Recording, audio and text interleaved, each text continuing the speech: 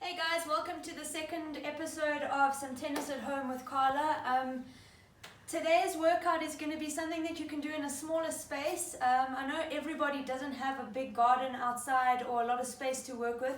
Also know, like today it was raining a little bit, so I'm going to show you some things you can do in a smaller space that can benefit your tennis, but also good for overall strength and fitness. So good for parents and kids. So try to do this at home as a family. So just like yesterday, what I want you to just warm up with is some basic small little jogs. I know there's not a lot of space, but anything to warm the legs up.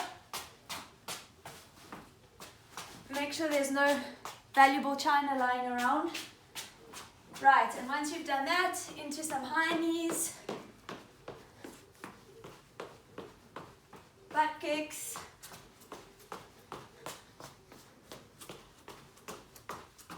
some side shuffles, and then I'm going to show you the karaoke slowly today because I know some people get a bit confused with it if they haven't done it before. So we're going to lead with the right leg. So the right leg comes out straight, left leg over to the front. Right leg out straight, left leg through to the back. Right leg straight, left leg forward. Right leg straight, left leg back. And then we don't turn around when we do it again. We keep facing the same way, so we lead with a different leg. Straight forward, straight back. Straight forward, straight back. And then you can do that a few times. Right, so what you see I've got here today, get straight into some exercises, is an agility ladder. Now, everybody won't have an agility ladder, but if you look at the shape of the tiles, they're pretty much the same as the ladder. So you can use the tiles. If you're really, really agile on your feet, you can use the bricks. Use what you've got. If you've got nothing, if you've just got a flat surface, then just carry on doing a few little runs just to get those legs working. So a couple of variations we can do on our ladder is just a normal straightforward one. Then we've got scissors. The kids like the scissors. A little bit of something fun. Can get a bit of a twist in there as well. Work into that core. And then same thing, we're not going to swap sides. We're going to keep facing the same way so we can lead with our other leg. Right, and then this one's a bit tricky, but I'll go the first time slowly and the second one a bit faster. We're coming in, out, forward, in, out, forward, in, out, forward. And it keeps going like that, and you'll see when I change direction now what it looks like going a little faster. Right, we're here.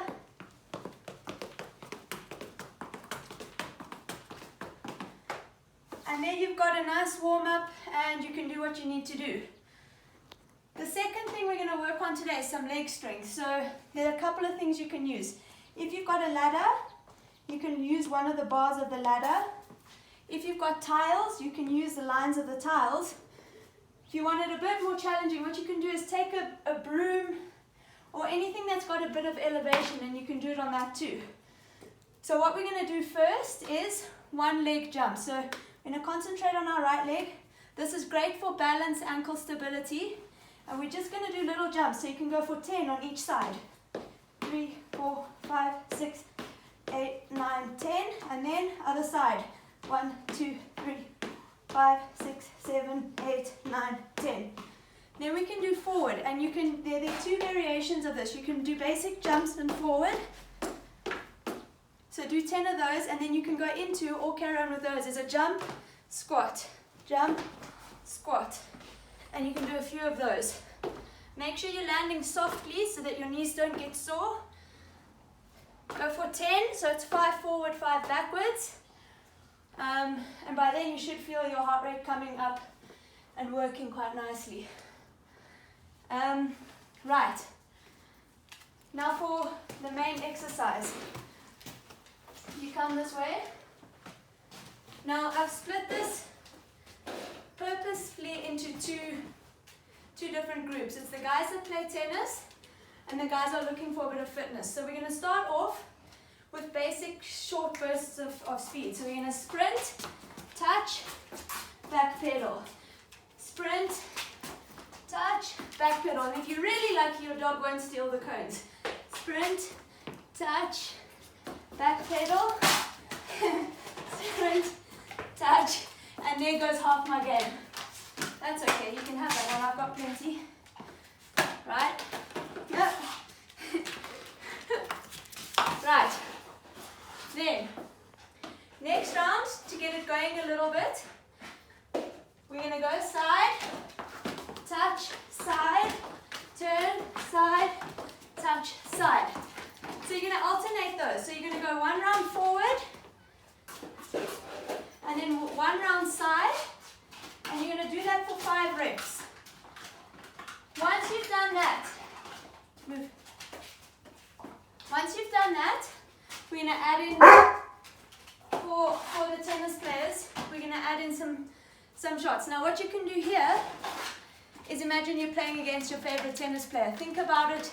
Think about how you would be feeling on court, and think about what it would be like to not only face your favorite tennis player, but to beat them. So this round is specifically geared towards those guys that are playing tennis. Whether it's with me or someone else and you're looking for something to do, what is really cool is if you do this in front of the TV, actually watching a tennis game, because then it's like you're in it. We're going to stand here. We're going to practice our split step. Run, forehand, don't knock anything down, but you can see you don't need a lot of space for this. And then you're going to recover, split step, whoops, backhand, and recover. Right. Then, I would say do that 5 times each side and come into the volley. Run, split step, volley, back, split step, volley. Right. Yeah, I just had to go and put Comet away because he was getting overexcited, as everybody does with tennis. Okay, so yes, from here, go your forehands and backhands, but alternate between them and your volleys. Try to get those feet moving nicely. And it's very important that if you are shadowing or playing air tennis, essentially, you want to make sure that you're really hitting the shot the way that your coach teaches you. You don't want to be practicing bad habits. So whatever your coach is teaching you, make sure that's what you're practicing. Make sure your setup and your stance is right. Make sure you're following through nicely with the correct brush. In our next video, I'm going to teach you all about that brush and how to ways to learn it. Quite cool. I've got a cool trick using a bicycle. For those of you, particularly adults, who want to try this drill, not so much for tennis, but more for fitness, and actually the kids can do this too, is I call them pyramid suicides. So you're going to set your cones out. Actually don't need the ladder anymore. Set your cones out. It doesn't matter what distance apart they are, it really doesn't. And you're going to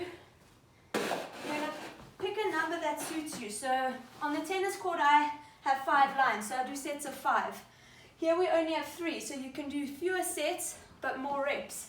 So we're going to start at the back cone. Come this side so you can see.